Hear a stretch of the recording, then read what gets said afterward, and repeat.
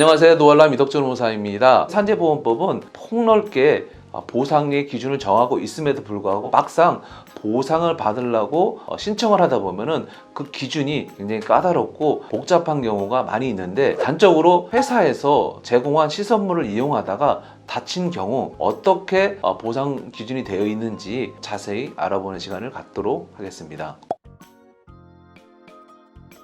첫째, 사업주가 제공한 시설물, 장비, 차량 등의 결함이나 관리 소홀로 발생한 사고이어야 합니다. 둘째, 사업주의 구체적인 지시를 위반하지 않고 시설물을 이용하던 중에 발생한 사고여야 합니다. 셋째, 사업주가 제공한 시설물의 관리 이용권이 근로자의 전속적 권한에 속하지 않은 경우에 시설물을 사용하다가 발생한 사고여야 합니다.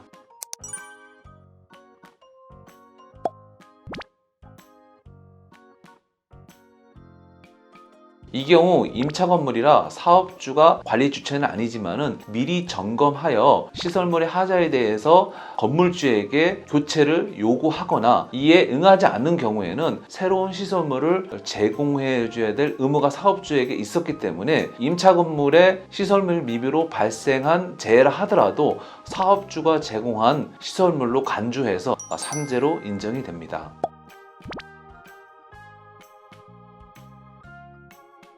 이 사고는 근로자의 만취에 의해서 발생된 사고이고 난간의 용법대로 이용 중에 발생된 사고가 아니어서 근로자의 부주의로 인한 사고이기 때문에 사고와 결함과의 상당 인과관계를 확인할 수 없으므로 산재가 되지 않습니다. 이런 사례가 있었습니다. 회사에 지시나 승낙 없이 근로자가 업무 시간 중에 휴게실에 사용할 간이 침대랑 사다리를 만들다가 발각이 돼서 회사가 설치하지 말도록 구체적으로 지시가 있었음에도 불구하고 이 근로자가 퇴근 후에 술이 만취된 상태에서 이 작업을 하기 위해서 다락에 올라가 작업을 하다가 추락해 사망한 사고가 있었는데요. 이는 사업주의 구체적인 지시를 위반해서 발생된 사고이므로 산재가 되지 않았습니다. 먼저 인정된 사례를 살펴보겠는데요. 회사가 제공한 기숙사에서 화재 사고가 발생이 됐다. 이거는 시설물의 하자로 인해서 발생된 화재이므로 시설물의 관리 주체가 사업주에게 있기 때문에 산재가 인정이 됩니다. 그런데 산재가 인정되지 않는 경우도 있는데요. 기숙사에서 발생된 화재라 하더라도 개인이 구입한 전자제품에 의해서 합선이나 누전에 의해 가서 발생된 화재로 인해서 부상을 당했다면 이는 관리 이용권의 전속적 권한이 근로자에게 있기 때문에 이 화재로 인해 발생된 사고에 대해서는 산재가 인정이 되지 않고요.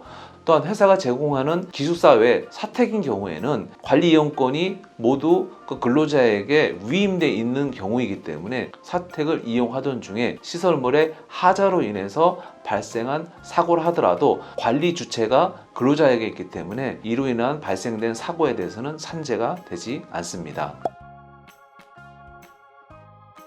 예를 들면 졸다가 기계에 손이 들어가서 절단사고가 났다든지 추락의 위험이 있는 곳에서 근로자의 부주의로 추락사고가 발생이 되든지 안전수칙을 지키지 아니하고 기계 수리하거나 청소하던 중에 발생한 사고처럼 산업 현장에서는 이렇게 시설물의 결함과 근로자의 부주의가 겹쳐서 발생하는 사고가 굉장히 많이 발생이 됩니다. 자, 그럴 때 산재보험에서는 근로자의 과실이 있다 하더라도 고의성이 없다 하면은 산업재해로 인정하여 보상을 하고 있습니다.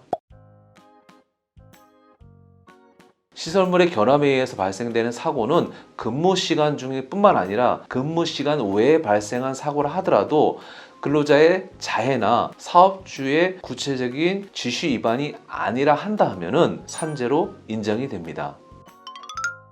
오늘은 산업재해 인정 기준 중에 시설물의 결함이나 회사의 관리 소홀로 발생한 산재의 경우 산재가 어떻게 인정이 되는지 구체적인 사례에 대해서 알아보는 시간을 가졌습니다. 더 궁금한 사항이 있으신 분들은 유튜브에 댓글을 남겨주시거나 블로그에 들어오셔서 정보를 확인해 주시면 감사하겠습니다. 감사합니다.